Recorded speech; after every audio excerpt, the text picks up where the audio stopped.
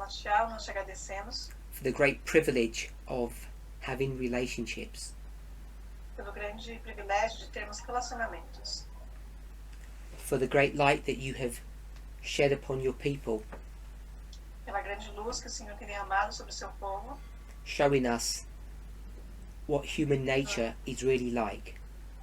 nos mostrando como é realmente a natureza humana. As we continue to discuss and study your word, Ao continuarmos a discutir e estudar a tua palavra, to have a better understanding of who we are, para ter bom entendimento de quem nós somos. we pray for special wisdom and grace. Nós oramos por uma sabedoria especial e graça. In Jesus' name, Amen. Em nome de Jesus, amém.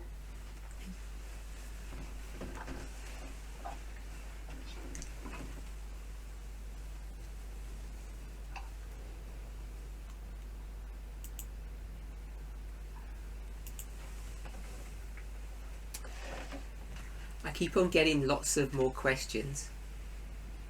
Eu continuo recebendo mais e mais perguntas. To be honest, it's more than I can actually get through each week. Para ser honesto, é mais do que eu consigo responder em uma semana. So if you've asked a question and I haven't responded to it, I want to apologize. Então, se você fez alguma pergunta e eu ainda não respondi, eu quero pedir desculpas. It's not because I don't read them, it's just that I can't get through all of the questions. Não é que eu não consiga lê-las, mas é que eu não tenho tempo para responder todas elas. And just because I don't answer your question, it doesn't mean it's unimportant. Só porque eu não respondi a sua pergunta ainda, não significa que ela não seja importante. It's very difficult to decide which questions to answer and which ones not to. É muito difícil decidir quais perguntas responder e quais não responder. And sometimes I get very simple or straightforward questions and I will just answer them out of sequence. E às vezes eu recebo perguntas que são bem simples e diretas e eu acabo respondendo elas assim, fora de sequência. So I got a question. Então eu recebi uma pergunta. It says, what about the use of cologne or perfume? Sobre o uso de colônia ou perfume. Are we allowed to use such items? Nós temos permissão para usar tais itens? My simple answer is I don't have any problems with it. I think they're completely acceptable. A minha resposta é bem simples, eu não tenho nenhum problema com isso, eu acho que são aceitáveis. As in all things, we can go to excess. E como todas as coisas, nós podemos exagerar nelas. I've seen prices of some perfumes and colognes, they run into hundreds of dollars. Eu vi perfumes e colônias que têm um preço acima de que vão dólares e mais dólares. So I question whether it's a right or an appropriate use of money. Então eu questiono se esse é uso apropriado do dinheiro. But the principle of actually presenting oneself looking attractive and smelling nice, I don't think is wrong. Mas a questão de se apresentar de uma maneira agradável e com cheiro bom não tem nenhum problema. The problem arises when we do things to excess, I think. O problema surge quando nós fazemos as coisas assim num exagero, em excesso. So I personally don't have a problem with the use of those types of items. Eu pessoalmente não tenho nenhum problema com relação ao uso desses itens. Someone asked a question a while ago. Alguém fez uma pergunta há um tempo atrás. Whether or not it's appropriate to work for the conference church. Se seria apropriado ou não trabalhar para a conferência da igreja. Or some kind of institution that's connected to the church. A school, a hospital or something. Ou para alguma instituição que seja conectada à igreja, como uma escola, hospital. And the reason that they ask, e a razão pela qual eles perguntaram, the question wasn't explicit, but this is what I believe. A pergunta não foi explícita, mas é isso que eu acredito que seja a ideia. If you work for the conference, they take your tithe automatically out of your salary before you receive it. Se você trabalha para a igreja, eles automaticamente retiram o dízimo do seu salário e eles recebem. So they don't pay you a gross wage and then you pay your tithe, they take the tithe out before you have been paid. Então você não recebe o valor total, eles retiram o seu dízimo, os 10%, e depois eles te dão o restante do dinheiro. The question's being asked, is it wise to work for the conference? E a pergunta feita seria sábio trabalhar para a conferência? So I think there are two parts to this question, whether you should work for the conference and where you should give your support. Acho que tem duas partes nessa pergunta. Se você poderia trabalhar para a conferência e para onde você deveria enviar o seu apoio. I don't think this time period is different to generations in the past. Eu não acho que esse tempo agora seja diferente de gerações passadas. Getting a job is not easy. Arrumar um emprego não é fácil. And if you're able to get a job with any business or company, I would avoid telling people not to get that job. Então, se você conseguir um emprego em qualquer empresa ou setor, eu jamais diria para uma pessoa não aceitar esse emprego.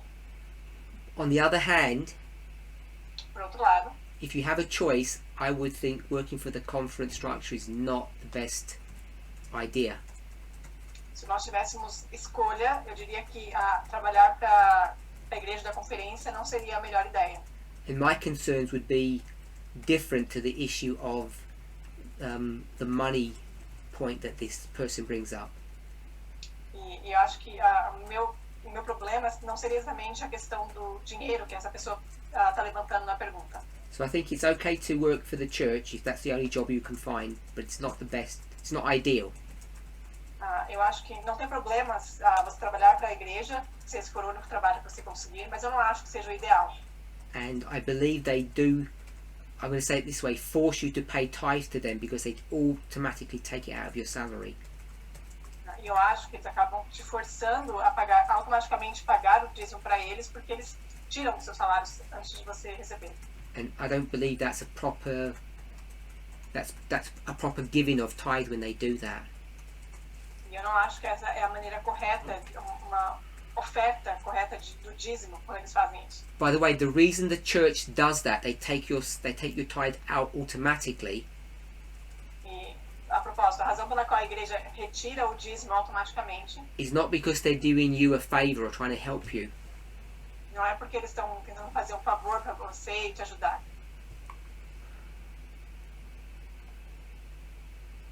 One second, I think I need to change a setting on my computer. I've not done something. Precisa mudar. Okay, that should be better for everybody, I think. I'm supposed to be using my headphones. I forgot to set them.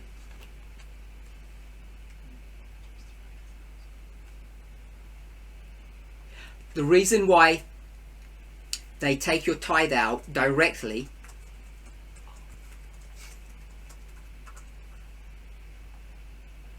is it because it's a tax evasion policy. It's to avoid paying extra tax.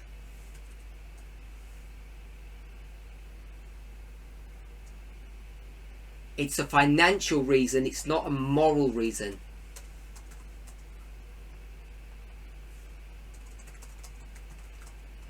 So I hear that in some localities, either they can't do that anymore or they're giving people the choice.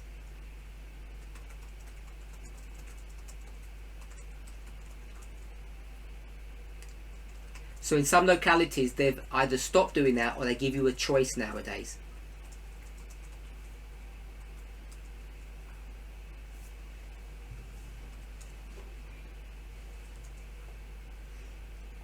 But it's definitely a tax avoidance scheme. It's not a religious issue.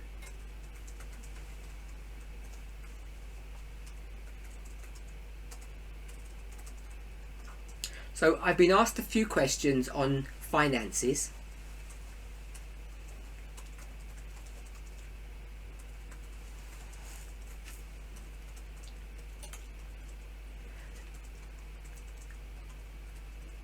I'll read one question, but all the questions are very similar.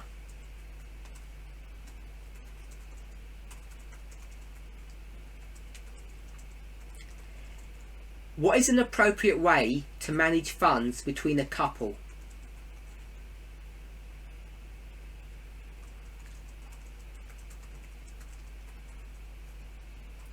And this tends to happen because of pay disparity.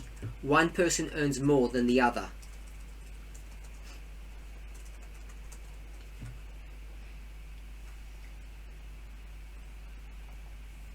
In fact, in many marriages, only one person earns and the other one doesn't earn a wage.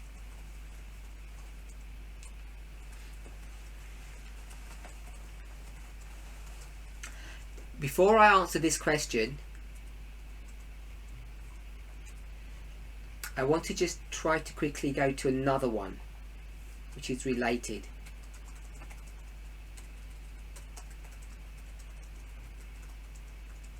If I can find it.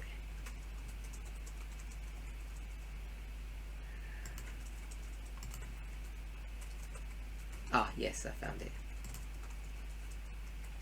I don't know if everybody knows what a prenuptial is. A prenuptial is two words, pre and nuptial. That means pre-marriage, prenuptial.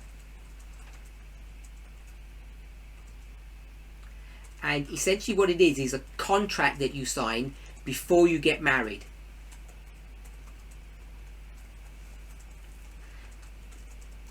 And when people talk about prenuptial contracts, it's almost always connected to finances.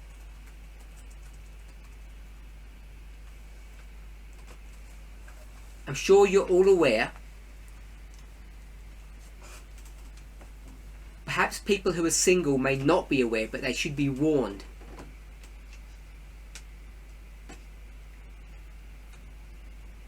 When you marry, put simply, in the eyes of the law, your collective assets are jointly owned.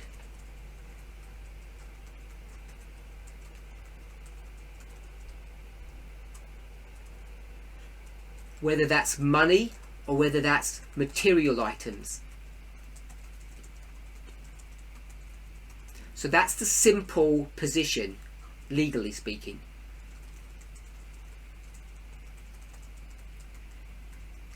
When you start moving away from this 50-50, it becomes specific to each situation.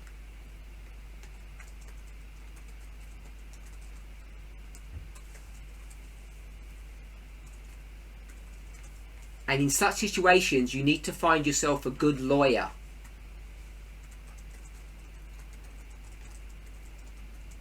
A good lawyer will begin to advocate on your behalf and move away from the 50-50 position.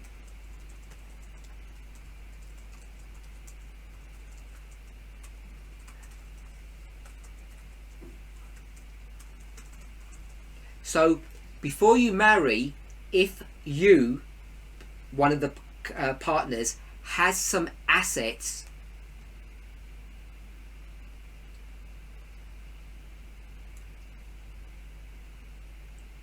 they may want to protect them. Protection means keeping them in their own possessions, separate.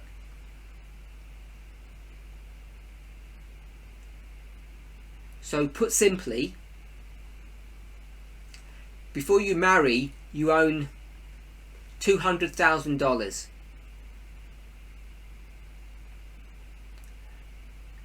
When you marry, if I can say it this way, you lose half of your money. Half of it goes to your spouse. As long as you're married, there's not a problem. If you divorce, they can take half of that money. And that's when you need a good lawyer. So to prevent that, you go into a prenuptial contract or agreement, which essentially says this: everything that I had before we married is still mine. Everything we do together after marriage, we both share. So I'm hoping everybody understands how these prenups work.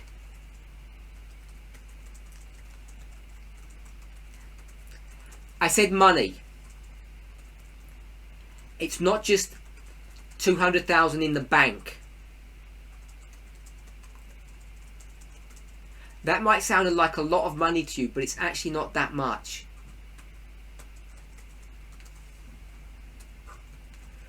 I'll give you two assets that are more valuable than just a cash amount.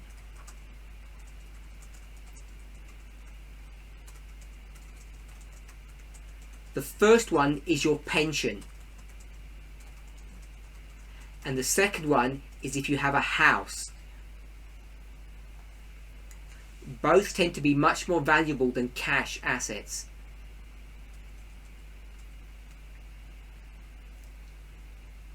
So if you have such assets and you want to protect them, then you would go into a prenuptial agreement so that you don't lose those assets if something wrong or if something goes wrong in your marriage.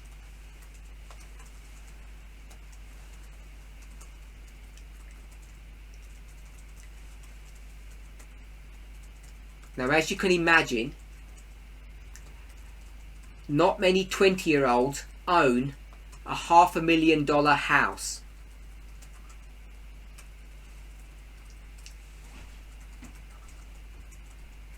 Or have $1 million pension. But many people who are 50 or 60 do have such things.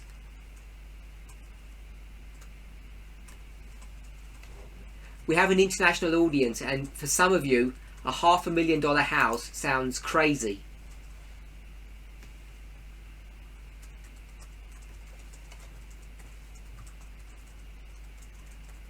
But if you live in parts of America or in parts of Europe, that is not expensive for a property.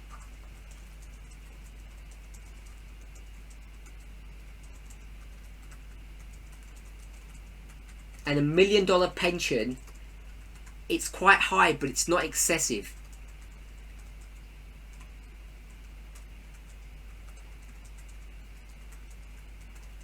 Of course, only older people will have that kind of wealth, generally speaking.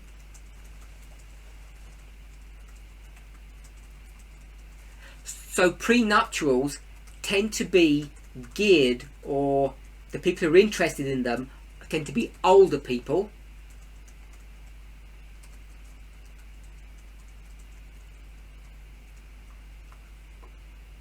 or people who have already been in one relationship, gathered some assets and are going into a second relationship.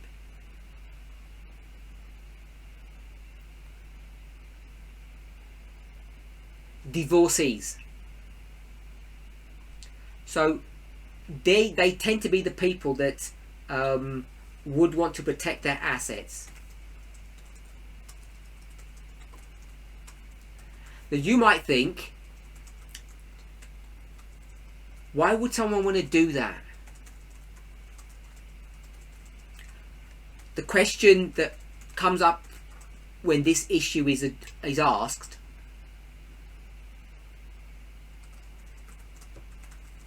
doesn't it indicate a lack of trust or a lack of love to have a prenuptial?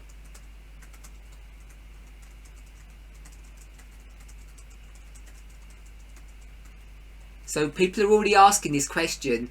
Someone said, why does God's child think about the possibility of divorce prior to marriage?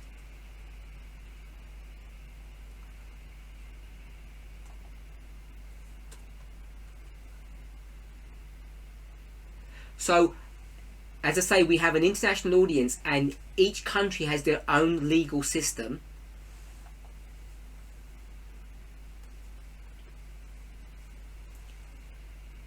We'll flip this around. You have, or your partner has, a debt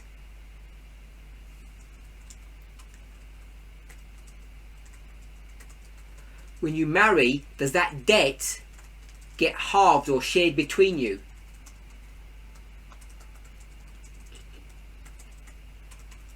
It could potentially be that way. So I think you'd have to get legal advice on that.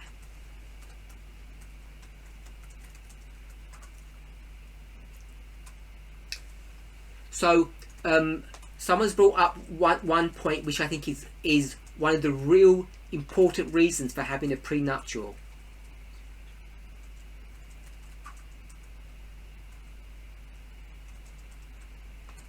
Whether or not you have children from a previous relationship. Because if you do and you haven't signed a prenuptial,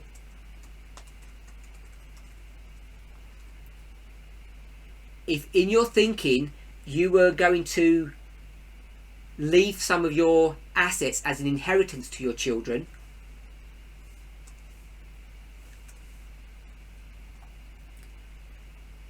you have a house and in your mind you want to pass that on to your children to help them.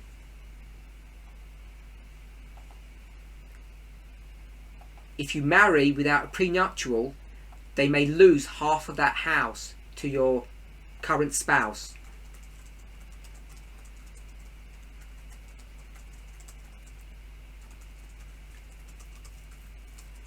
So this, I don't think there's a principle here that everybody has to follow, but I think it's everyone will make their own decision.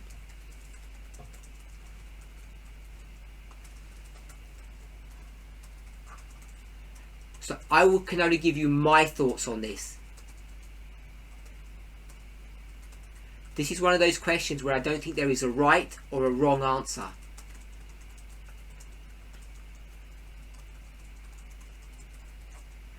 But for me, I think in certain situations, prenuptials are a good idea.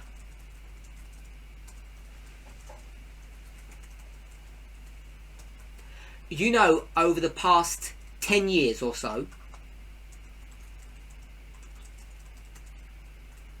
a phenomena that's happening, I'm going to say across the world, but particularly in Western countries or first world countries,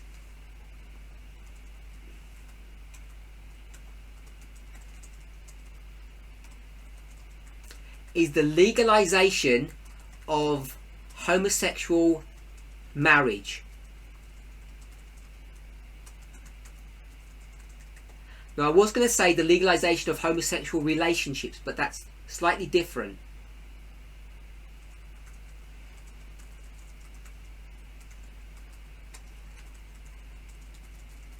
For many years, people have been able to live together, homosexual people,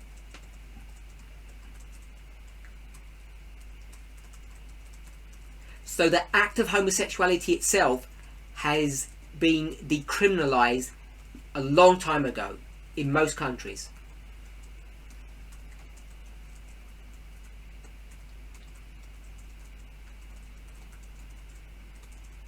So people could live together freely without any problems. So why has there been this push to legalize marriage for homosexual people?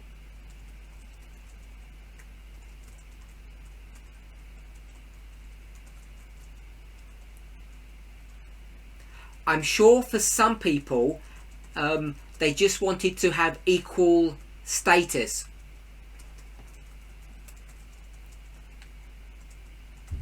But the real reason why there was this push for the legalization of these relationships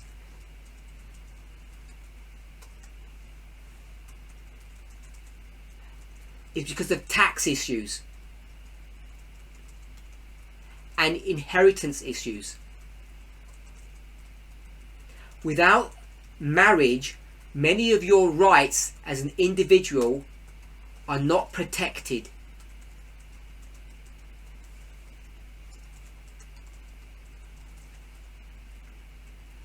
In progressive countries, they have recognized this anomaly And if you were in a long-term relationship and you had gathered assets together,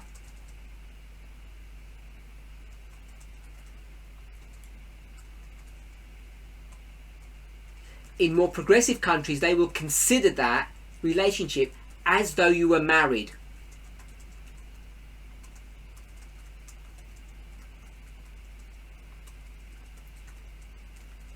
But it's hit and miss. It's risky. The far safer option is to marry.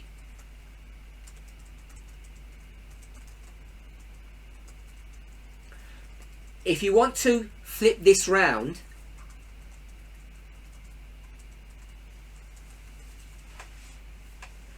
if your marriage doesn't work and you're going to separate,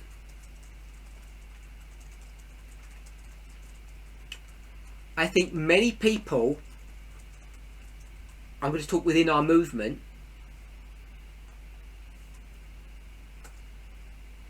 have a wrong idea of this. They think there is some difference between separation and divorce.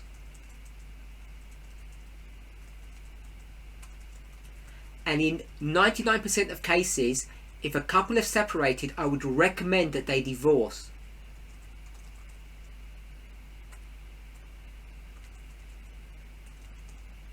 Again, is to protect yourself. You are married. You separate. But don't divorce. One of you did something naughty. You buy a lottery ticket and you win the lottery and you get 50 million euros. Are you still married or not married? You're still married. And your ex-partner, who you're separated from, you've seen those emojis where you have these dollar signs.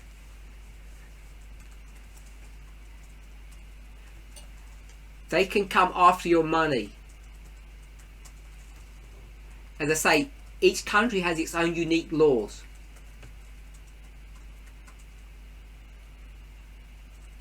But the safe option is to divorce. You separate, but you don't divorce. You've been married for 40 years.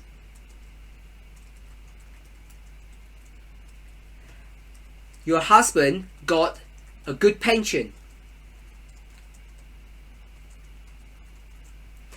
If you just separate and don't divorce, there's no compulsion for him to give you any of his pension money.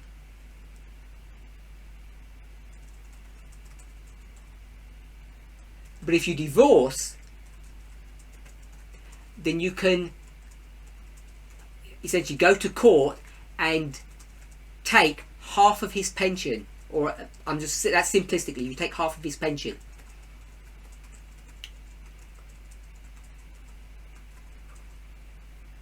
So the issue of prenuptials connected to divorce and separation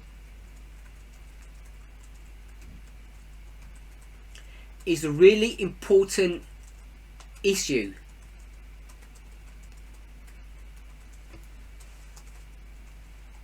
We're just going to have a 15-second break.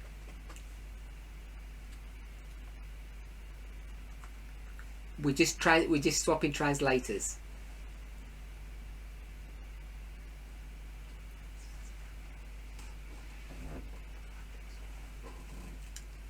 Are we all good? Good. So someone's asked, what happens if you get some inheritance money whilst you're married?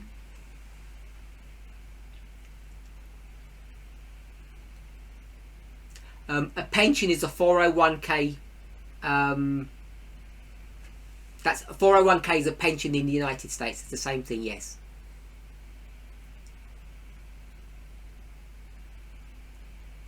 So if you get an inheritance while you're married, I think it's considered both of yours. Each situation, you have to fight legally if you wanted to.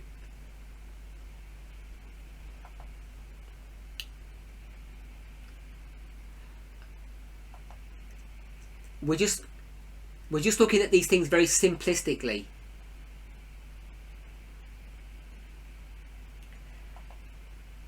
The point that I want us to get to is that the question to ask, is it a sign or an indication that you don't trust this partner that you're going to marry by signing these contracts?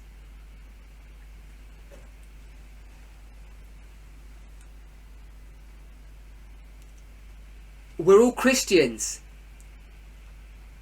We wouldn't do such things.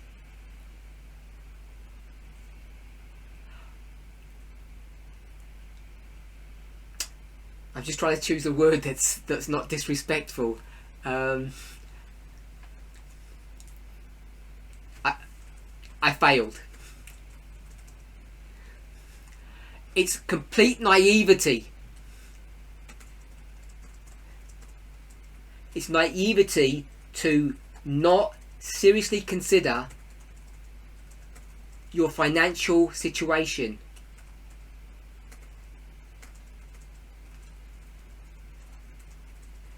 I know so many people, I've heard so many stories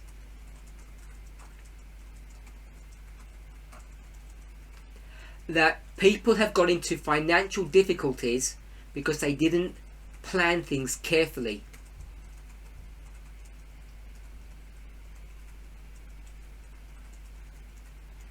And you guess it,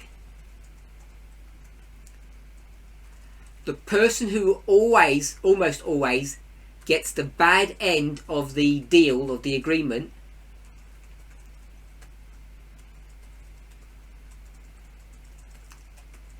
is the women. And it's for two reasons. More than two. One of them is the obvious one, that they tend to stay at home and look after children.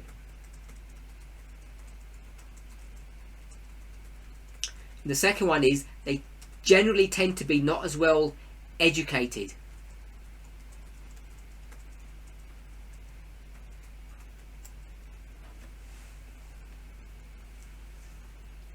So I really think people should be careful when they make any kind of relationship decision.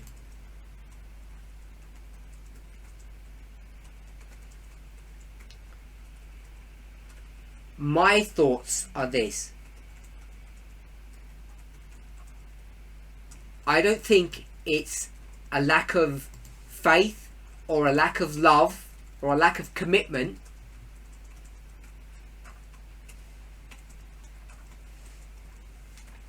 to sign a prenuptial or actually have a divorce contract.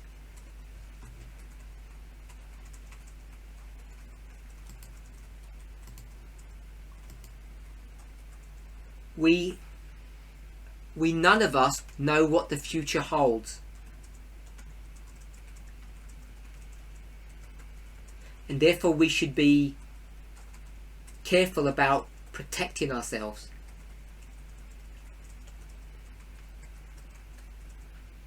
So I think prenuptials are appropriate and serve a good purpose.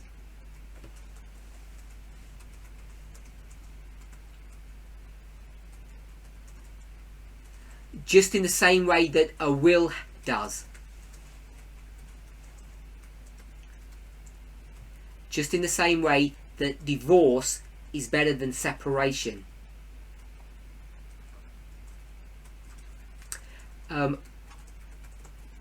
Someone's asked, is it too late to write a prenuptial after you're married?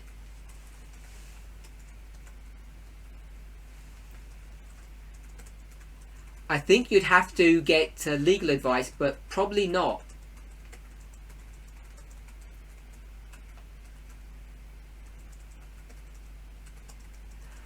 But you can imagine that if you've been married 10 years, and I say, I want to remind you, this house we live in is mine, it's not yours. And I want to sign a contract now to make sure if something happens, I want to keep my house.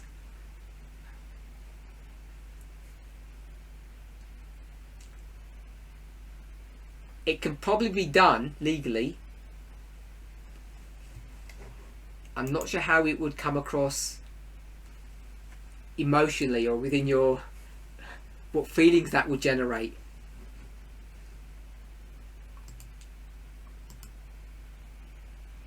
So probably best to get it done before you're married. So moving back to the first question, how do people manage their finances in a relationship? How should that happen?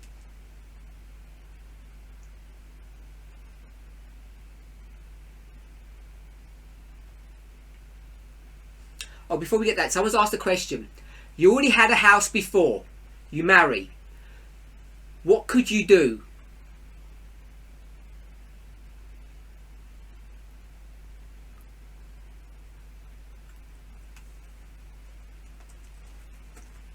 Would it be a good idea to keep that previous house separate and buy a new one together?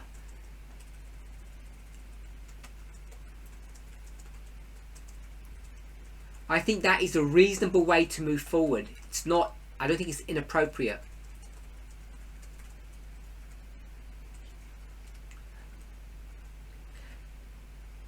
I appreciate many of these issues are centered around rich, middle-aged people.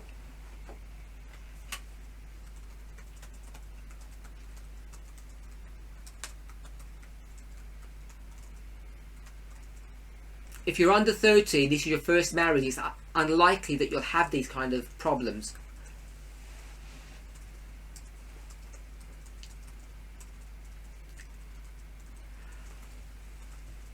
So even though these things may not apply to all of us, I think the principles involved are important.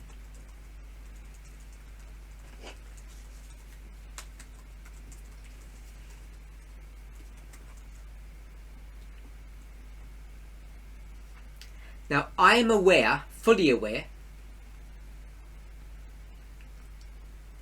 since Elder Tess and I have been interfering in your marriages,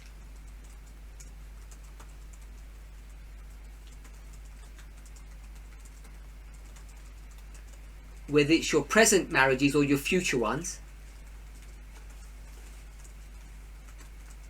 we have caused, I'll say it this way, nothing but trouble.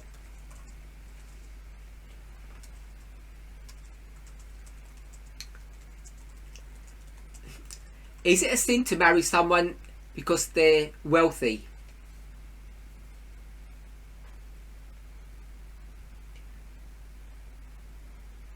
No, it's just an added benefit.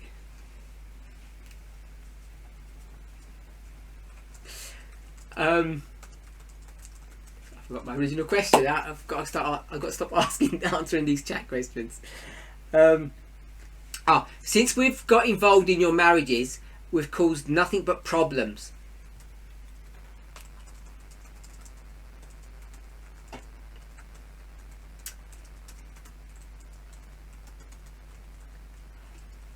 I appreciate that. I want to suggest something. That the reason why there is so much problems now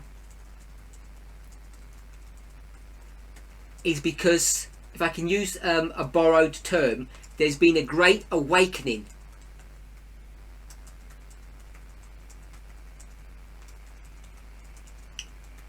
Women have essentially been in slavery.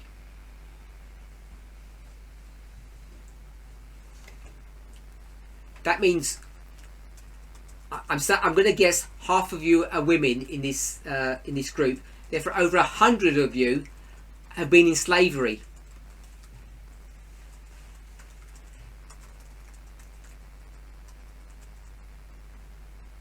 And you didn't know it until someone told you. So now you've become aware that you are essentially slaves.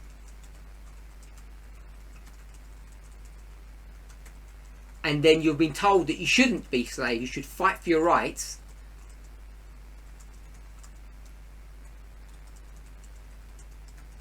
It's going to cause nothing but trouble.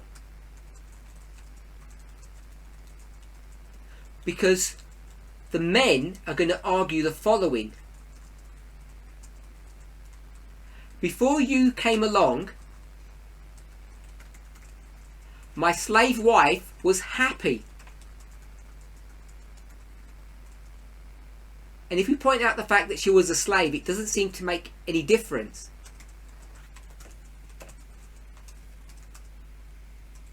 In English, there's a phrase.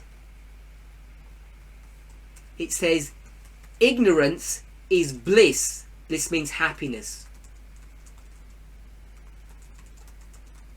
And that's how many people have operated. We come along and say, by the way, did you know you were a slave? And the men are saying, shh, don't tell them. And the women are saying, wow, I didn't realise.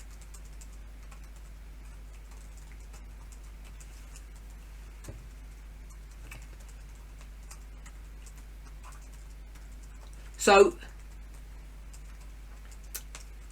are interjecting ourselves into your lives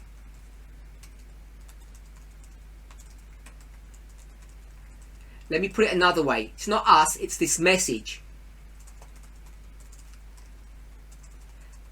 This message has come into your life and it has disrupted it.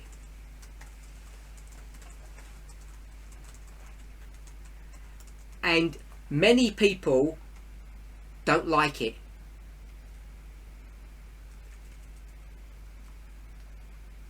But it's a necessary experience that we must go through. Whether you're a man or a woman, husband or wife.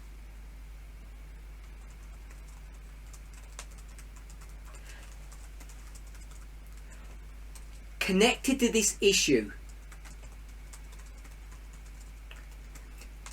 when it comes to the situation of money. Now, I know people will object to this and perhaps even find offence. But I want to say that you can't trust, I'm just going to say it this way, you can't trust anyone.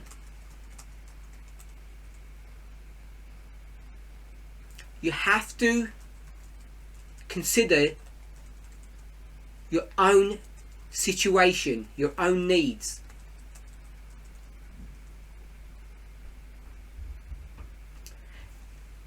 Ellen White, in a different context, will say the following.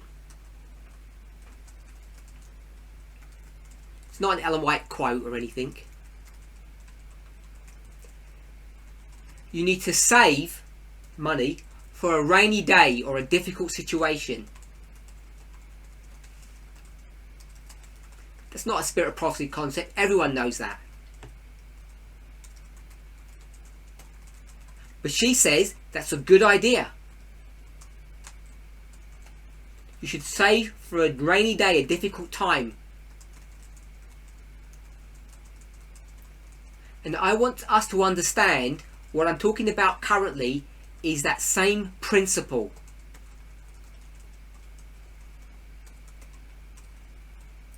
You don't know what the future holds.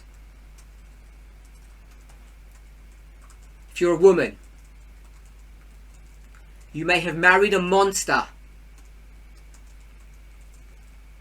Your husband may become a monster. He may die. He may find someone else and commit adultery.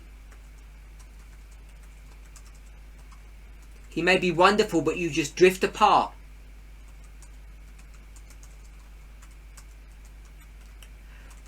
The only point I want us to see is that we don't know what the future holds.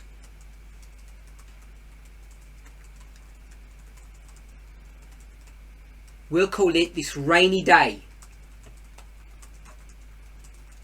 This grey, dark day that you should anticipate may happen.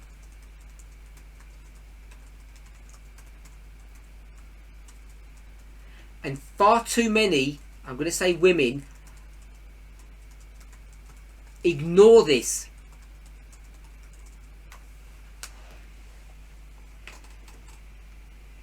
And they just pretend everything's going to be sunny for the rest of their lives.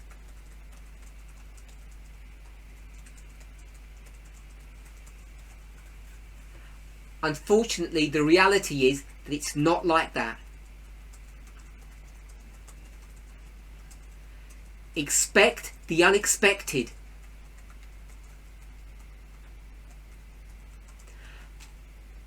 This could cover many issues, many facets of your life.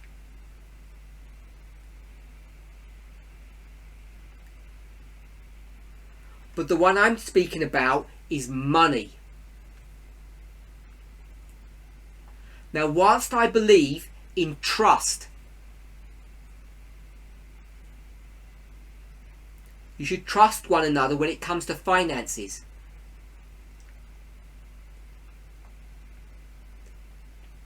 I'm not suggesting that you hide things from one another.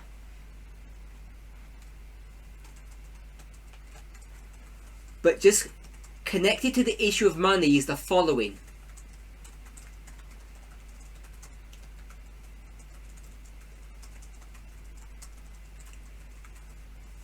You can set yourself up into a very dangerous situation as a woman if you choose to stay at home as a housewife and let your husband work.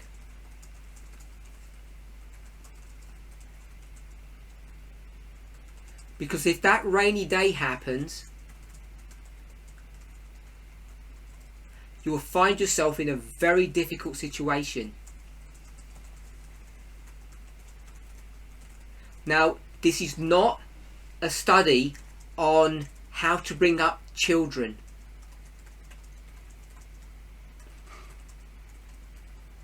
When you have children, they present their own difficulty.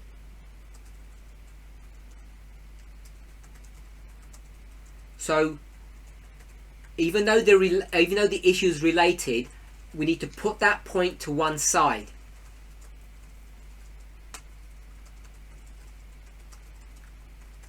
The question of who will bring up the children.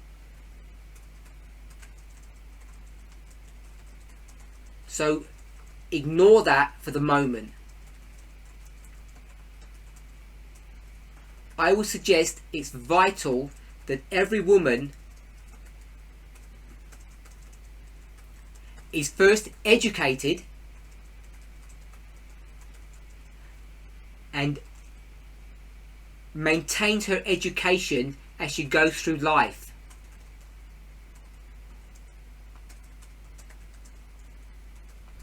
I know women in this movement who are in their 50s or 60s. They've spent the last 20, 30, 40 years being a housewife. They come to a stage in their life where they and their husband separate. And she ends up with nothing. That was the first bit that we discussed. Worse than that, she has no ability to actually take care of herself.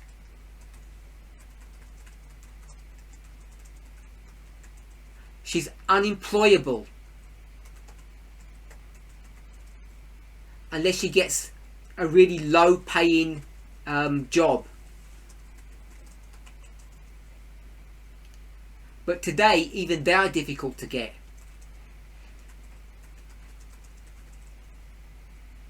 I would always counsel a woman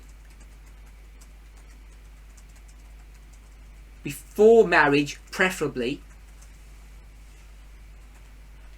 to get her education in order.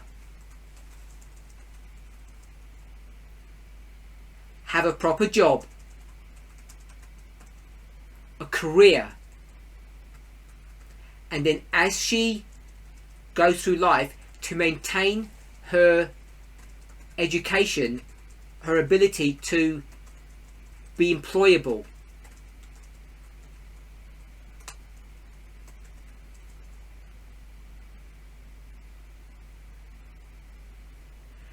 This may sound ugly, but if you throw away that ability in the name of love,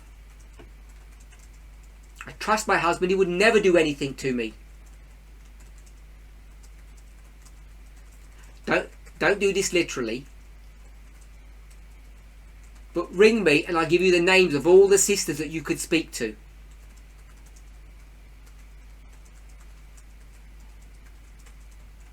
Who would show evidence that that is a silly thing to do.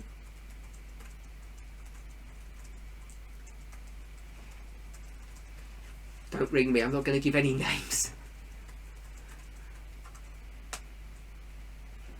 But it is a serious thing and it's happening in our movement now. There are women in broken relationships who have forsaken their education and their work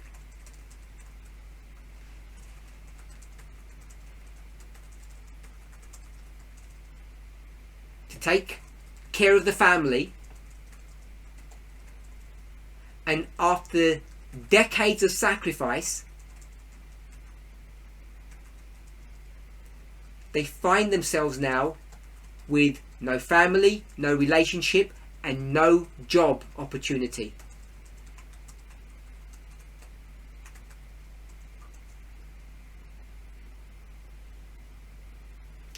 One of the things that really irritates me is when women say they don't know how to drive a car. It just buys into this whole sexist argument.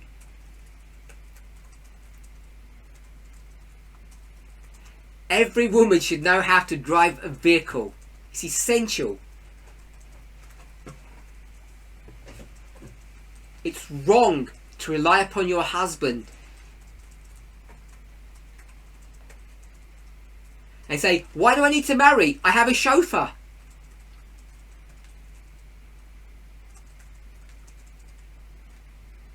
Because one day that chauffeur may leave you.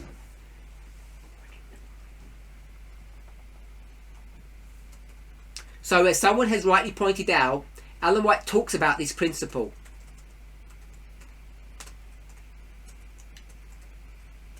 About women being able to harness a horse, for example, or drive a buggy, a cart.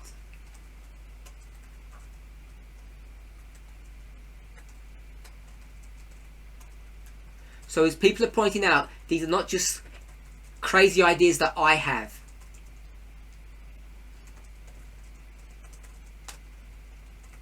In a very gentle and I would say sexist fashion, Ellen White says the same.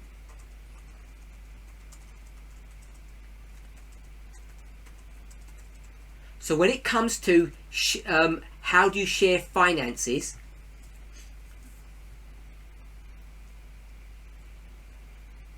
and not talking about the issue of children,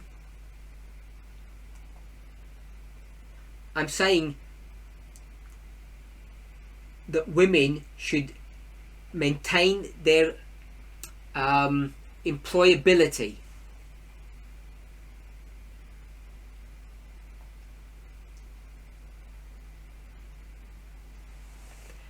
And if you don't do that, because if you don't do that in the name of love or trust,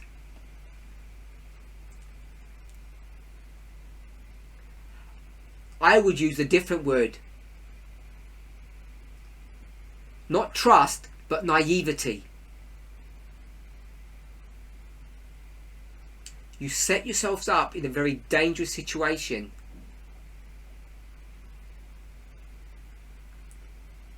Okay, so we've spoken about prenuptials.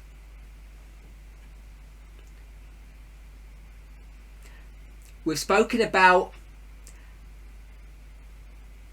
legalized separation.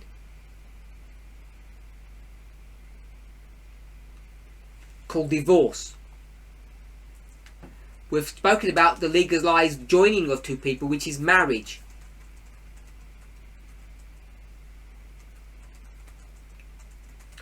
And then we've spoken about women in employment. I think it's important that they ensure that they're employable.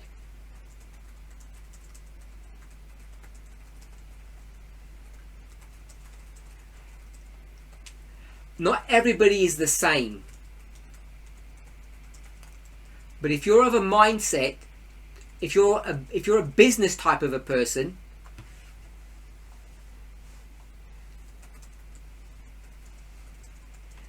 then owning your own business is a really good idea, I think.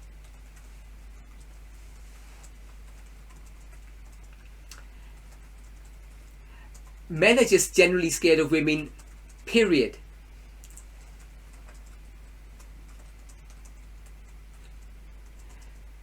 They're scared of rich women, strong women, beautiful women.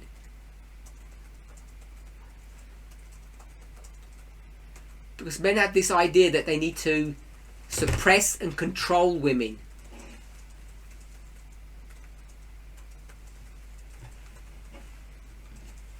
So, I think running your own business is a really good idea. But it's not for everybody. Some people would prefer to work for somebody than work for themselves.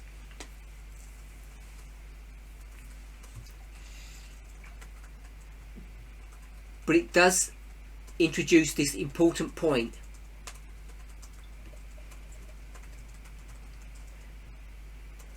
That men do tend to be fearful of, we'll just call them strong women.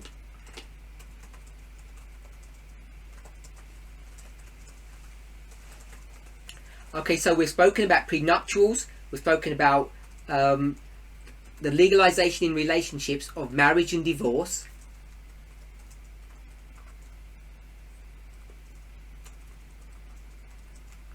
And we've spoken about women maintaining their employability.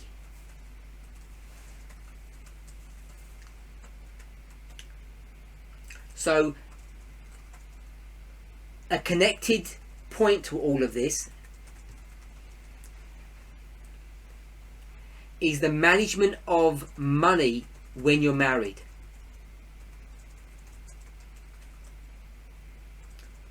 Do you have your own bank accounts, or should all money go centrally into a joint bank account?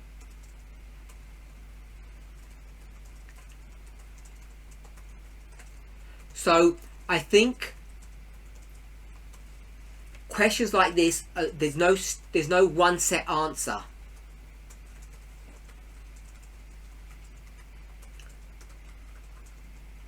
It depends upon how your marriage has been set up.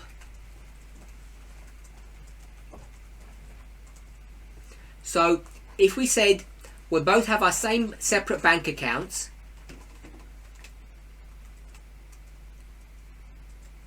how will that work if one is if one of the people is an executive in a bank earning 100,000 euros and the other one is a housewife earning nothing.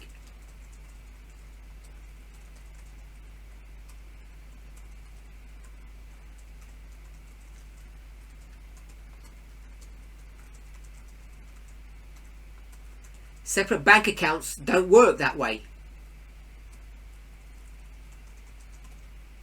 So I don't think there is one set answer.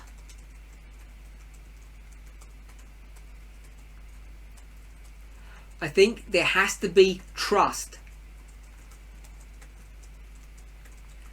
And if there's trust, I don't think there is anything wrong with having a joint bank account.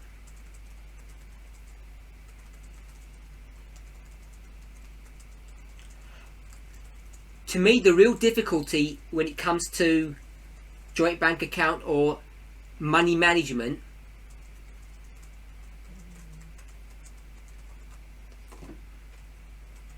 is what tends to happen is the following.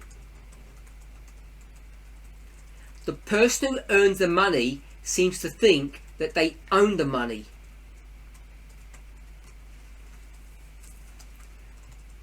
And either explicitly or subtly they control.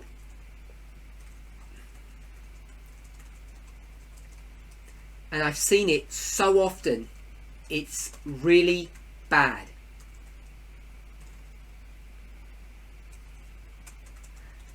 And this is one of the reasons why I think it's important for women to have their own independence, even in a marriage.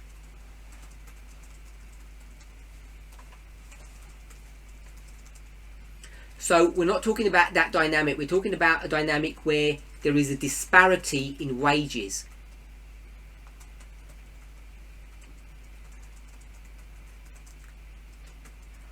It's not for me to be prescriptive to say this is the set plan.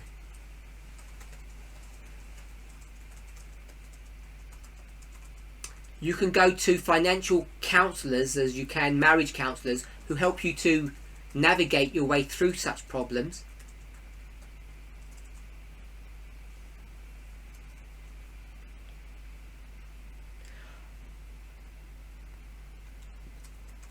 But what I would say is the following.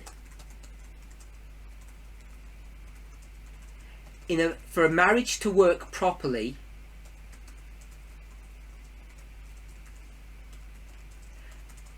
when we talk about trusting one another, to me, to have a foundation of trust, it has to be built upon at least one major premise.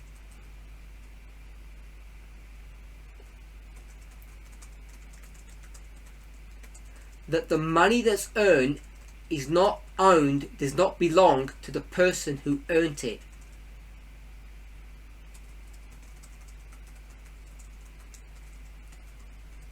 And I think that's where problems begin.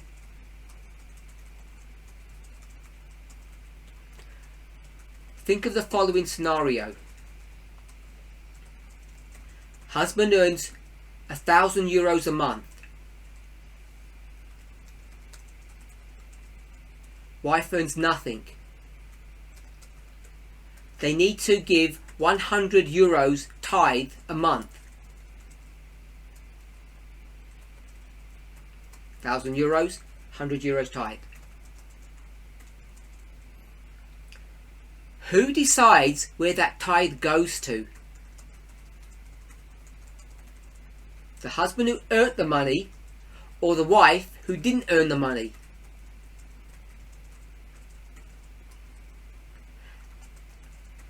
This is a more common problem than you might realize. And I've seen it, can't say often, but I've seen it enough times to know that it is a problem.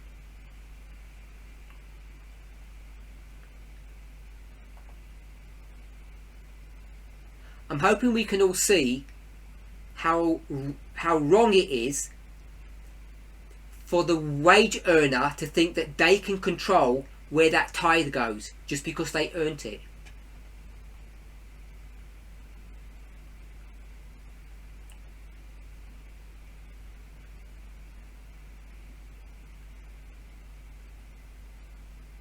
What about if the wife's a believer and the husband isn't? That means that no tithe would be given to anybody. So you can see how this impacts a woman's ability to think for herself, to be independent, to making decisions that she wants to make.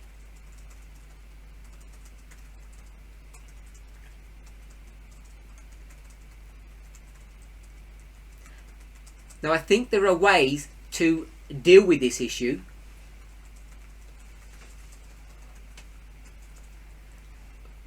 There are many solutions, but one of them is that the wife can have some kind of set allowance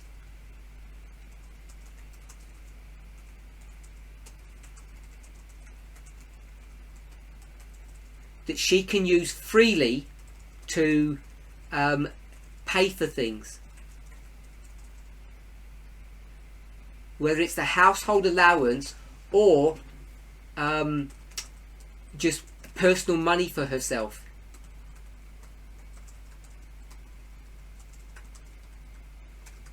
It's difficult in a public setting to give any right or wrong answer to this situation.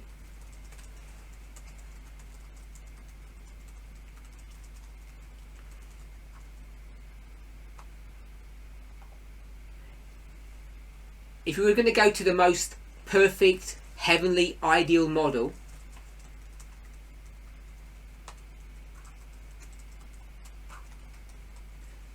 everything would go into one bank account,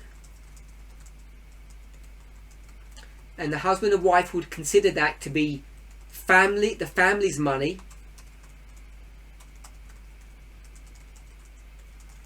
and they would manage that money jointly.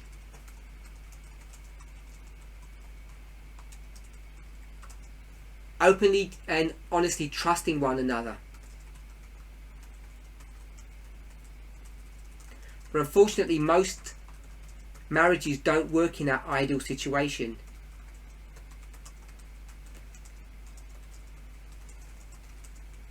And that's when it becomes difficult to be able to give a definitive answer of how you should manage your finances.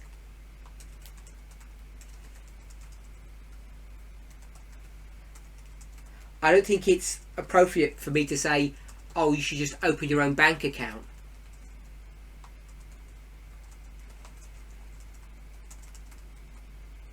Because unless you can put money into that account, which means you have to have a good job, it doesn't serve a purpose really.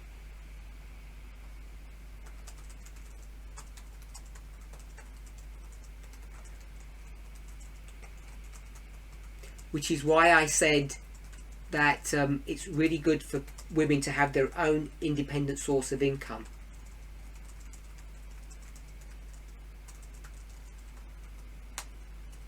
Some families have 3 bank accounts, one each and a joint.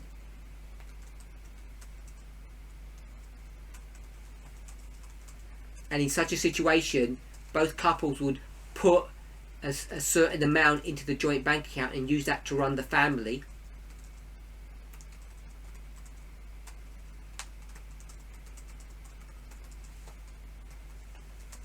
And they may have their own private bank account for themselves.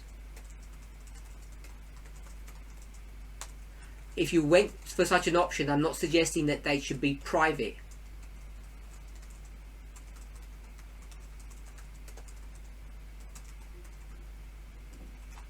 So, I don't think I can give a definitive answer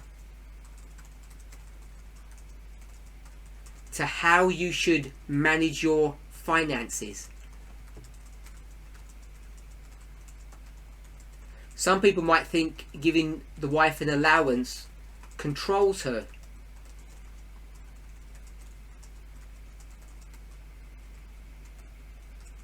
Other people might see that as liberating. Because then they're free to use their money as they wish.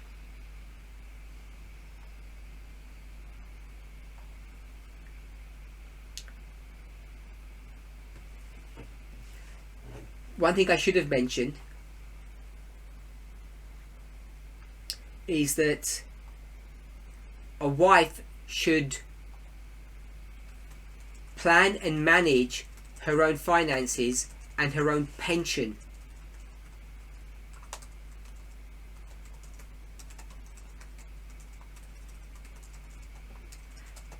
And I think that can happen whether she works or whether she doesn't.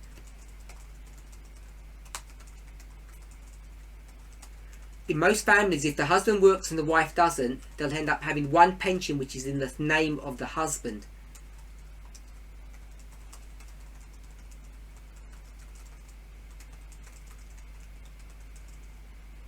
And I would argue that it's a good idea to actually have two pensions and pay, and for the wife to have her own pension.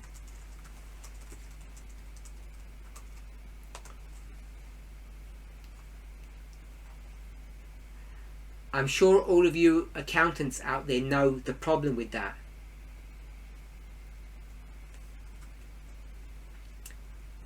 Is that there are no tax advantages in giving a pension to someone who doesn't earn money.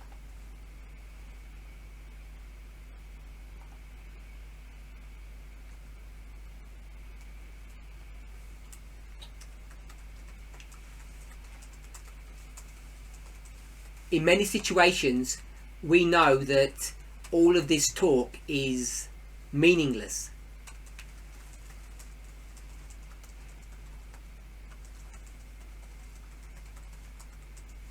Because there are marriages in this movement where the men don't even tell their wives how much they're earning.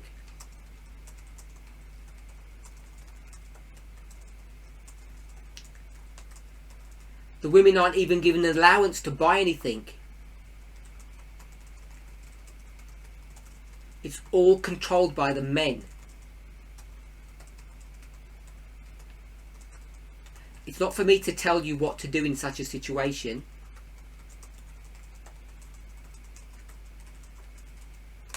Because I guess my automatic answer would just be to leave them.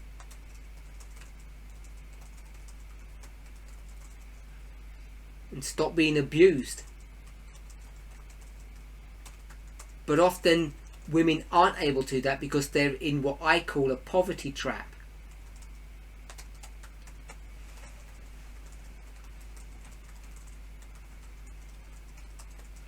It's misery being married, but you can't leave.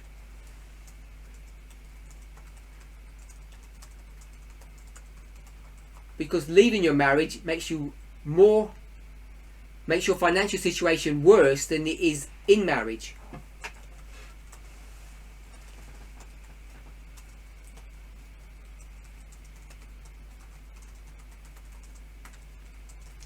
Someone's asked, why do people get themselves into these difficult situations?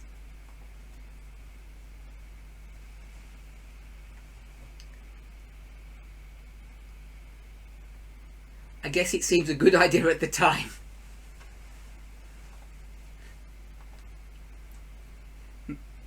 Many people are not,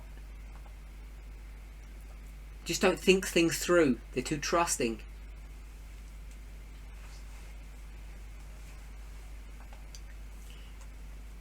We began our discussion by looking at prenuptials, and people thought, wow, does that mean you don't trust the partner?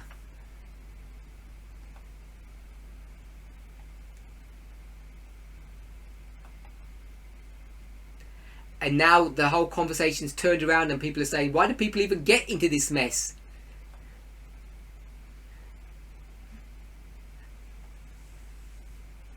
I don't know how many married couples we have here, but how many of you have actually have actually got a prenuptial? I bet nobody does.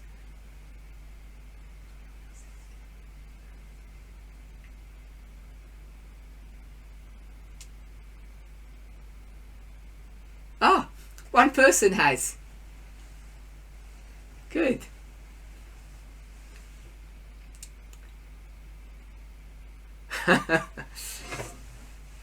So, when it comes to the sharing of finances, bank accounts, I don't think there is one set answer.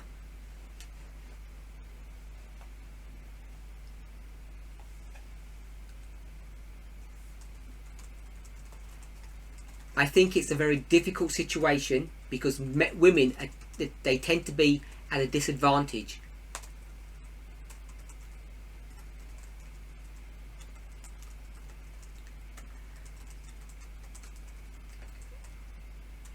What's at the back of all of this? People have asked, why do people get themselves into these problems? And it's primarily because almost all of us, I would imagine, believe in this headship model, or we trust in God to take care of us.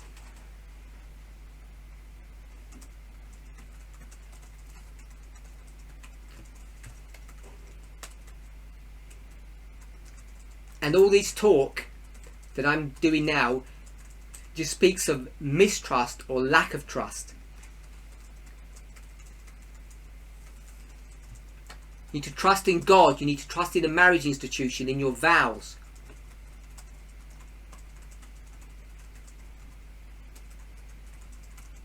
So if you see this conversation being indicative that we shouldn't trust people, I think you've misunderstood the point.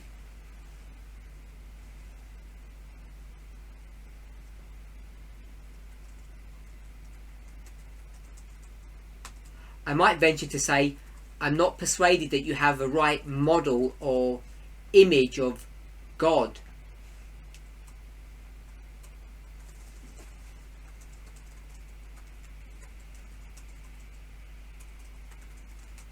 I would prefer to look at it as a rainy day situation.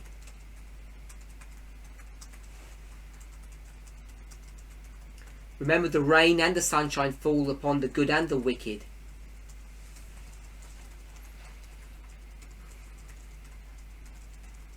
Christians are not isolated or immune from pain.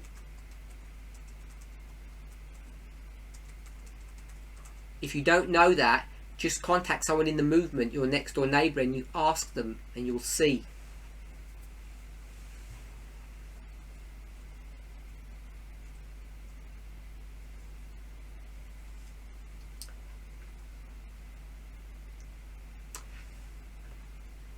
I don't think I've got anything really more substantial to say on this issue of how to share your finances.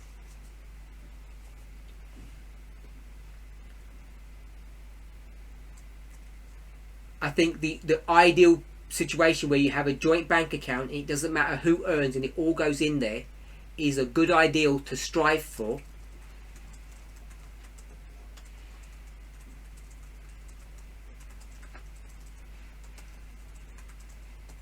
But the reality is many families won't operate properly in that regime.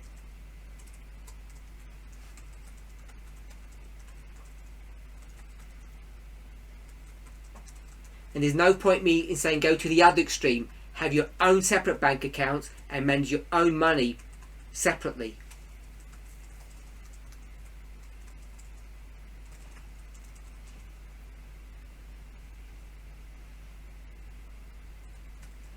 Because most people have a wage disparity, they don't earn the same. So I think in most couples there's going to be somewhere in the middle.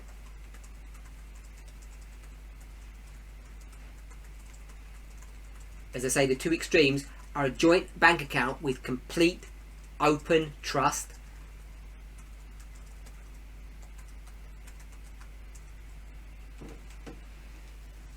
or the other extreme where there is no trust and two completely separate bank accounts.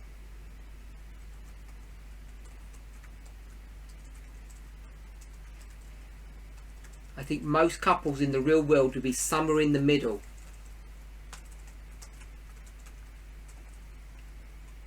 And depending upon how much money you earn, what your expenses are, what kind of jobs you have will decide where you are in that spectrum.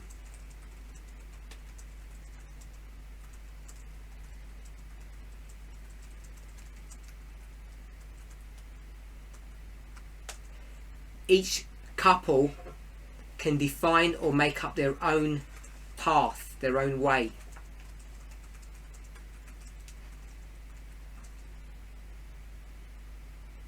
So, when I was in this situation,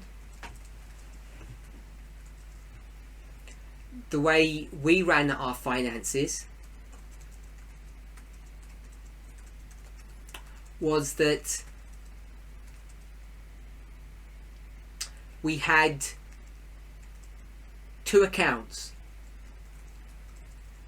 We had a joint account and I had my own separate account. So that's how we ran our family. And in that model, my partner had a job and I was staying at home, so I didn't earn any money.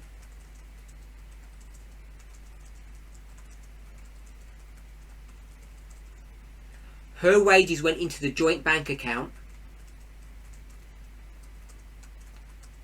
and then from that joint bank account I was given an allowance or a set amount every month into my private bank account.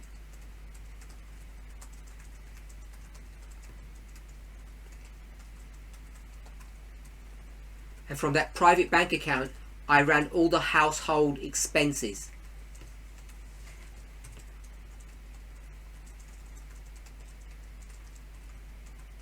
And whatever I had left at the end of the month was money that I could use more often than not to pay tithe or offering or for some personal use.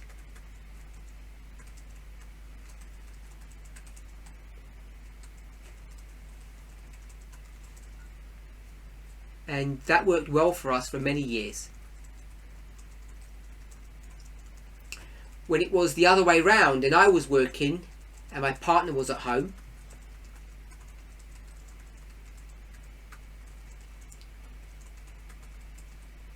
in that situation we only had one bank account. And in that situation my partner looked after all of the finances, our incomings, our outgoings, and all I just did was put the money into the account and they managed it.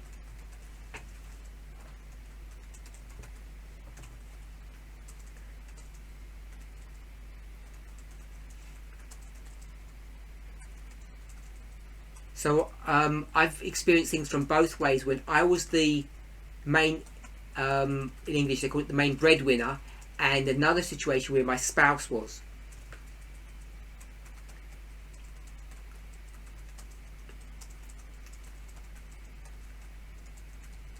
And both times it worked really well.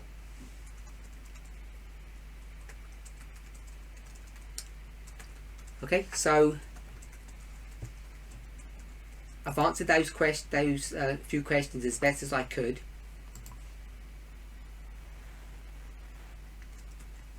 It really does depend upon trust.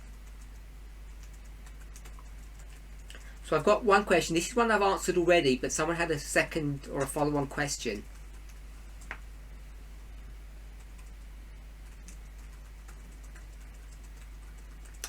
A long time ago, I can't even remember when now I said this.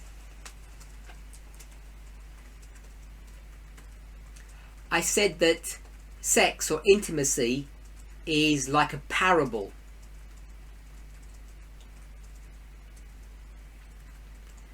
It's a means to an end. It teaches us about our intimacy, or our deep connection, our relationship with God.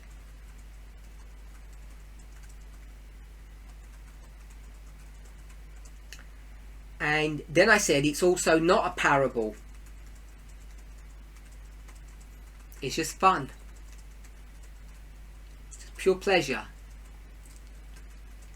So it can be a pleasurable experience in and of itself, and it could also be a parable to teach us about something spiritual.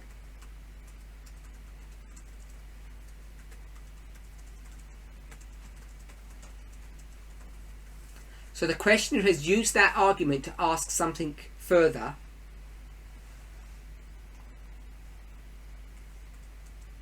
What I'm not clear if the questioner actually agrees with what I said.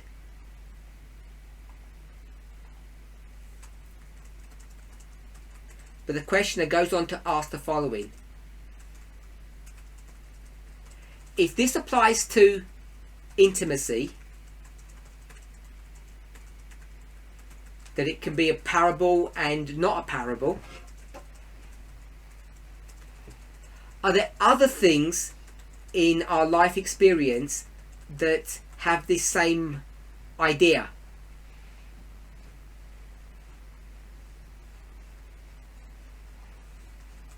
If there are, what are they? And how do you identify which ones are? So I'm going to suggest the following. Everything that we do in life is always a parable.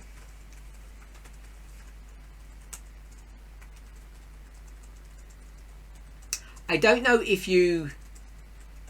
There are many toys, but I'm just going to be thinking of Legoland. I don't know if you all know Lego.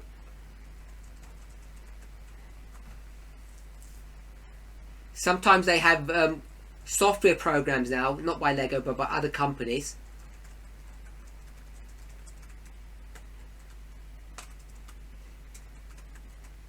And you create your own world.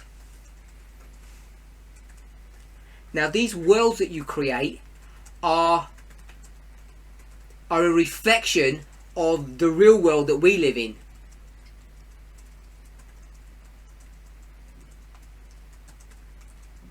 So if you think of Lego, you can get like an emergency Lego scene.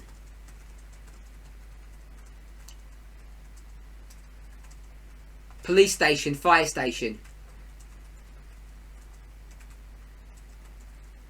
You get a medical theme. You get a house theme. Or a city street theme. Each one is suited to the interests of the child. So, you know, a lot of this is sexist. So, you know, people for their daughters might buy like a doll's house type of a Lego model, and if it's for their boy, they might have a military or a police theme.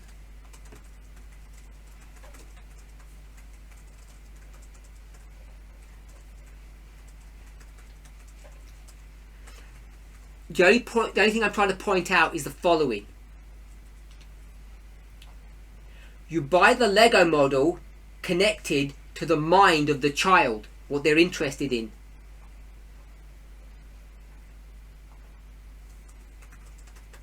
So Lego World becomes a parable of the person who's playing, the child, the creator.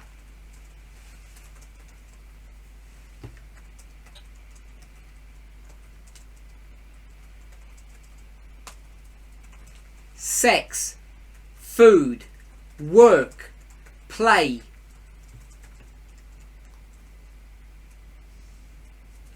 All aspects of your life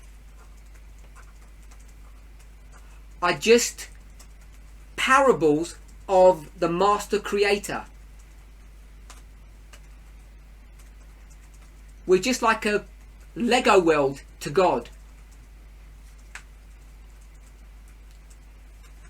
Whatever his interest is, he created a world to occupy himself.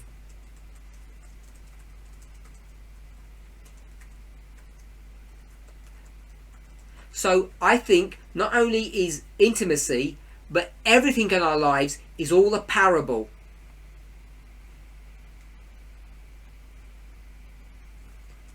However, unlike those Lego models,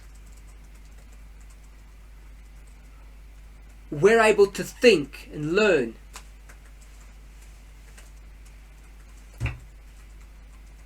We have consciousness. And when you eat, you don't eat for the glory of God, to make him happy, to honour him. You eat food because it's enjoyable, it's nice.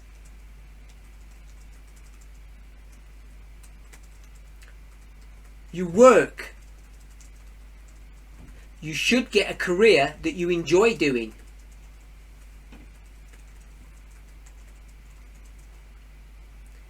In play, you don't play something or have a recreation in something that you don't enjoy doing.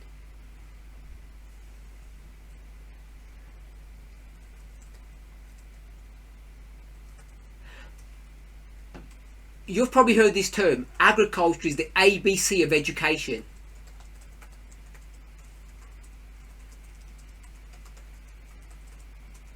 I think that statement is misunderstood and misused.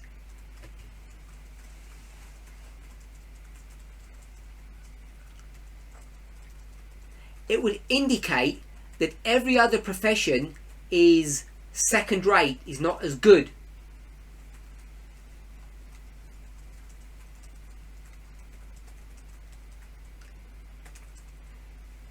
I want to remind you that Jesus was not a farmer. His ABC of education wasn't farming. And the other thing I would remind you,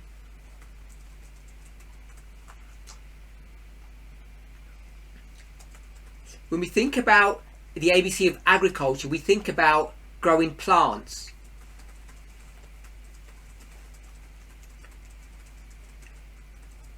So when I say farmers, I mean people who handle crops.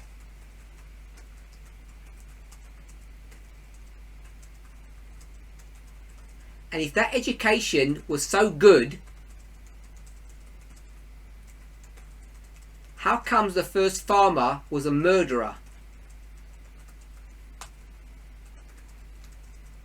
And the shepherd, who does a lot of killing,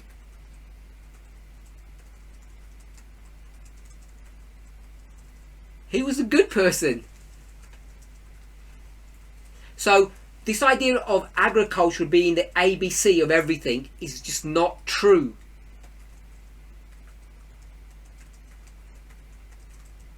You can get an ABC of education in many spheres. Just depends upon your culture and the time period in which you live.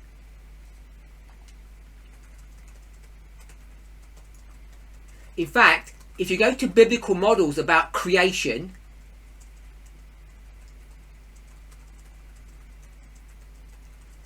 besides seeing ones about plants growing, what's the other one that people use frequently when it talks about the work of creation or making something?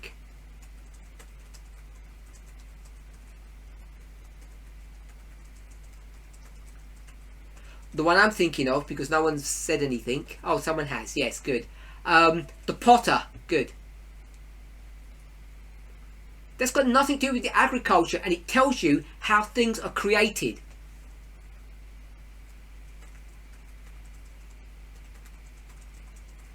So, all I wanted us to see, that everything in life is parabolic. The way you construct things from the foundation to the roof, you can't do it the other way round.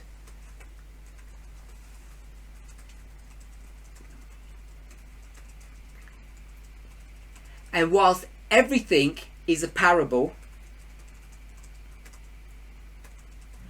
Also, everything, I'm just going to say, should be fun. It should be enjoyable.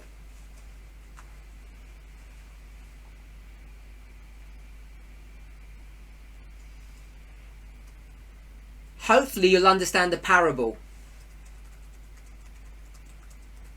But even if you don't, you can still receive all the benefits. Sex is fun whether you understand the spiritual principles behind it or you don't.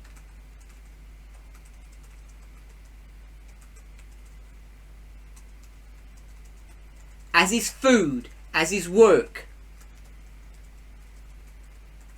All of the things that we do in life, all of these parabolic examples are just good in and of themselves.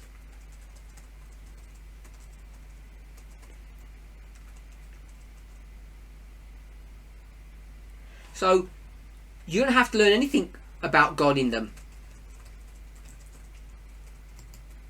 because they stand independent of Him as being things that are enjoyable and worthwhile doing.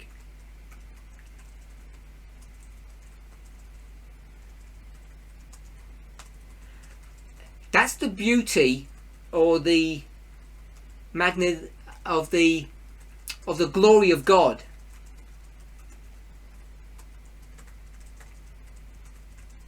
He takes care of the believer and the unbeliever. And many of us don't operate that way. We are partial. We have favoritism.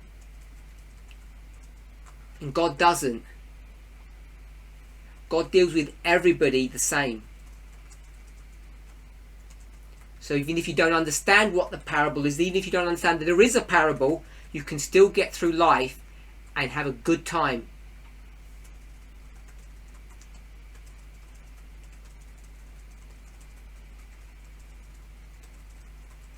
And if there's a difference between us and the rest of the world,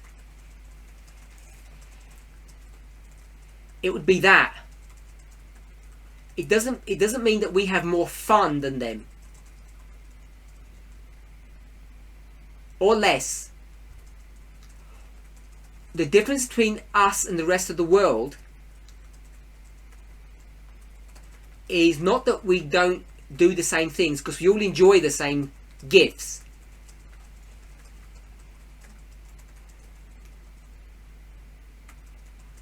But we can learn about God through those blessings, through those gifts, and they can't.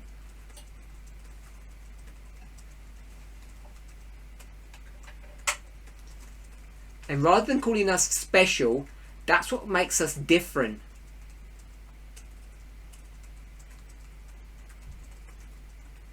That's the blessing that we can receive.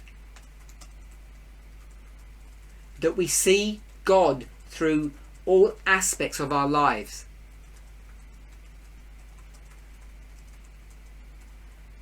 This may be simplistic, but there's nothing more or less to all of this. Yes, that we might know Him. But even if you don't, you can still enjoy life. Because the gifts are self-fulfilling, self-satisfying.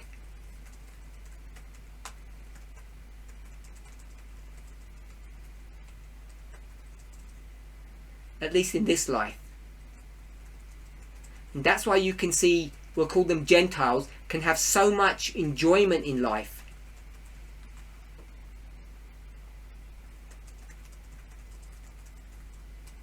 Because every gift is good that God gives us.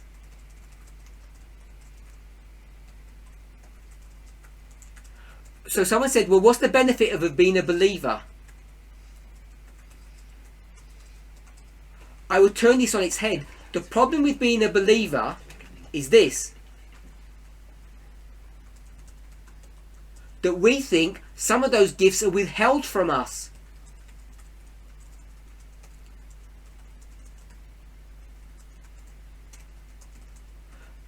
Being a believer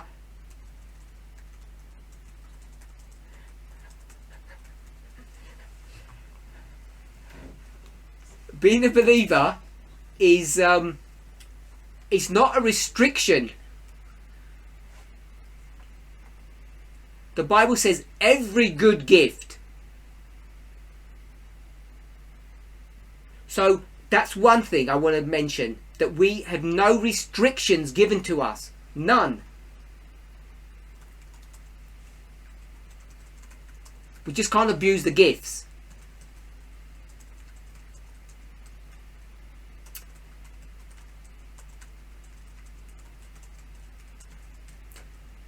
What's the benefit of being a Christian then? Now, I think science is beginning to believe this. We certainly do. That we are spiritual beings.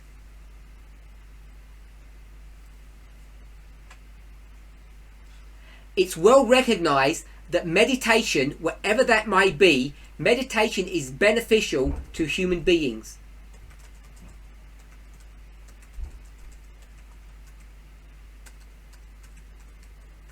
It's been proven scientifically to extend life.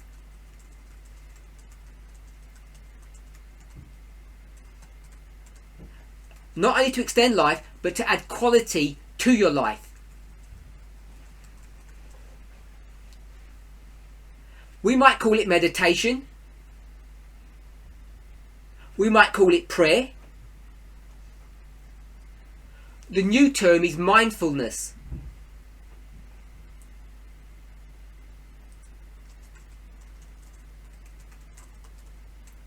So whatever you want to call it, the effect is the same. So all I'm saying is there are no gifts that we are not given.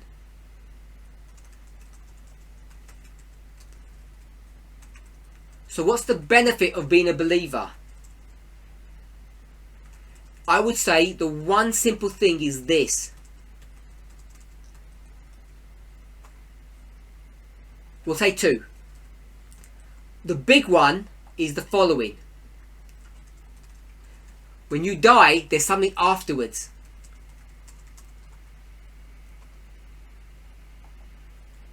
Threescore and 70 years is not long. So the simple benefit we get is eternal life, and the rest don't.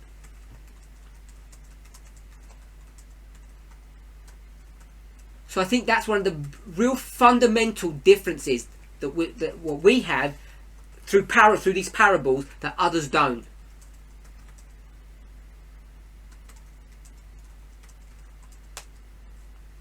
And the second one,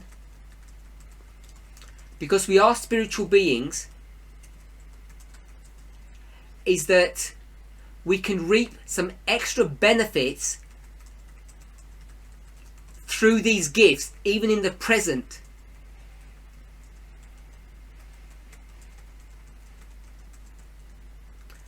That is a bit more subtle.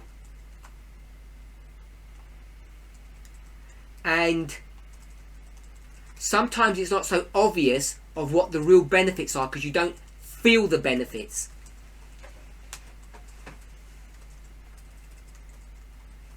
If I say sex is spiritual, therefore it's somehow now super magical, you'll say, it didn't feel any different to me.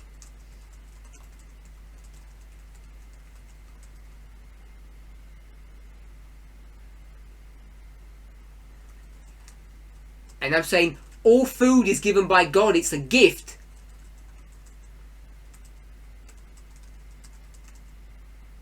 And if I pray over the food, I won't get ill. Which is not true, of course. So you may not see the benefits of this parable. I think it works at a subtle level. Just as cancer creeps up upon you.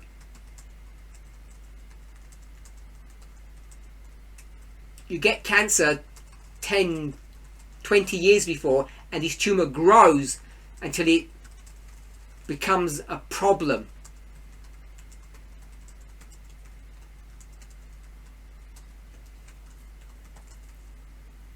In the same way, these spiritual blessings in things that we do have an effect upon us that I don't think we can fully see or appreciate.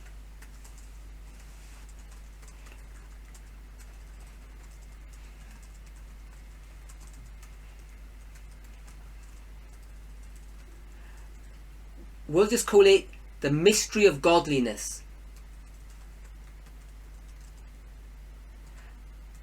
But I believe, and I'm sure that you do, that it is there, it exists, it's real.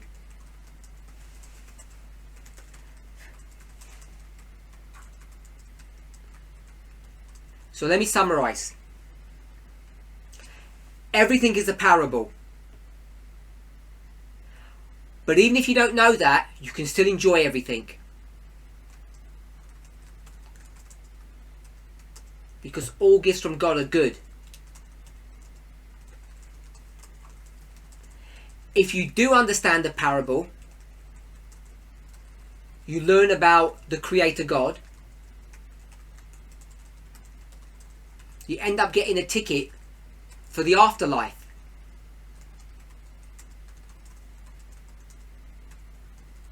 And for me, that's reason enough. It's a good enough reason to learn and understand these things. Good. Someone's given us the Bible verse. I've been quoting from James 1:17.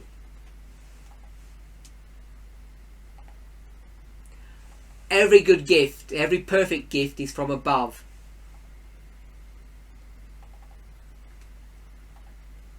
And that's really the principle that I've been trying to share. Even if you didn't know that, it's still a beautiful gift.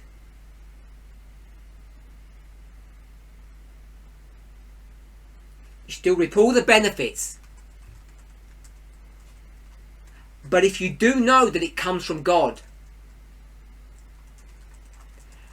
then your relationship with him can develop, because you can be thankful for his gifts.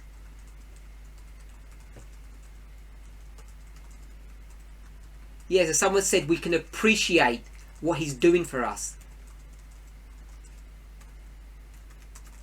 And that way we can develop a relationship with him as well.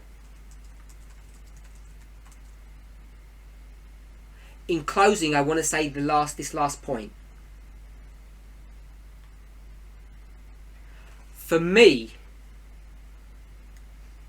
understanding this parable, understanding God, getting to know him, does not protect me. I'm going to use the word vicissitude, which means problems. It doesn't protect me from the vicissitudes of life.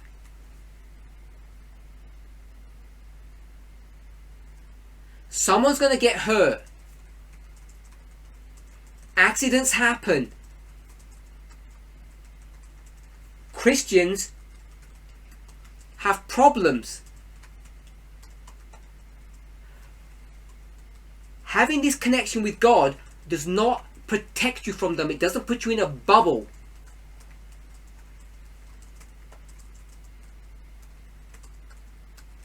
And I think this is a problem that people don't understand. That's why this question is so interesting.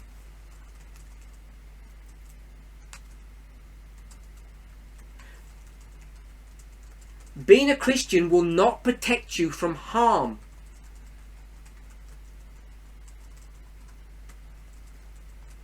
Now, you might know stories where people prayed and they were miraculously protected. But when my children said to me, "What's going to happen to me, Dad?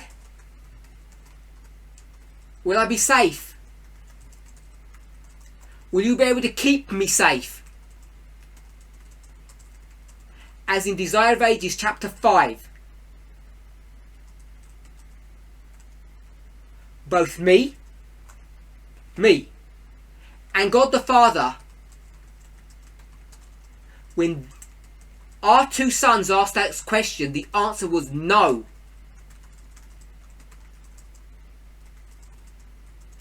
We cannot protect you. Life is life. So someone's asked, well, what's the point of praying? It's worse than that. Praying, you spend some time talking to somebody. What is the whole point of everything in being a Christian in the first place?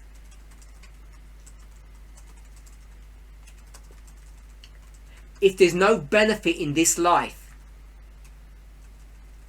because that's what this question's about. You become a Christian, you're not going to become a millionaire. You're not going to find the perfect spouse. Your children are not going to be born perfect and not give you any problems.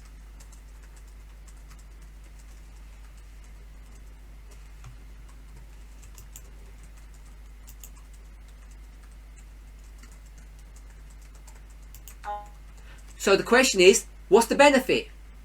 Então a pergunta é, qual é o benefício? And that, my friends, is a question for another day. E isso, meus amigos, é uma pergunta para outro dia. Let's pray. Vamos orar.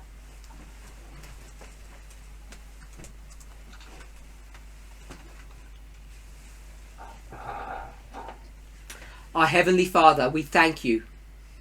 Do Pai Celestial, nós te agradecemos. We thank you for all the gifts that you have given to us. Nós agradecemos por todos os dons que o Senhor nos concede. I pray for all of the people listening to our presentation, Eu oro por todas as pessoas ouvindo a nossa apresentação. that you would give them wisdom Que o Senhor lhes conceda sabedoria to understand how to manage their lives, para que eles saibam como gerenciar as suas vidas. and Father, also we thank you for all the gifts that you give to us. E nós também te agradecemos, Pai, por todos os dons que o Senhor nos concede. As we enjoy them Ao aproveitarmos eles in the carnal sense, no sentido carnal, help us to always keep in mind that they have a spiritual manifestation too. nos ajude a termos sempre em mente que ele também tem uma manifestação espiritual. We know it's your will. Nós sabemos que é o seu desejo, We know it's for our benefit que é para o nosso benefício, to know you, conhecê-lo, the one true God. o único Deus verdadeiro. We concede that it has benefits for the afterlife, Nós vemos que existem benefícios para a vida futura, eternal life. a vida eterna. But you have also promised that it helps us in this life too. Mas o Senhor também nos prometeu que nos ajudaria nessa vida também. Help us to understand how and why. Nos ajude a entender como e porquê. We pray in the name of Jesus. Amen. Nós oramos em nome de Jesus. Amém.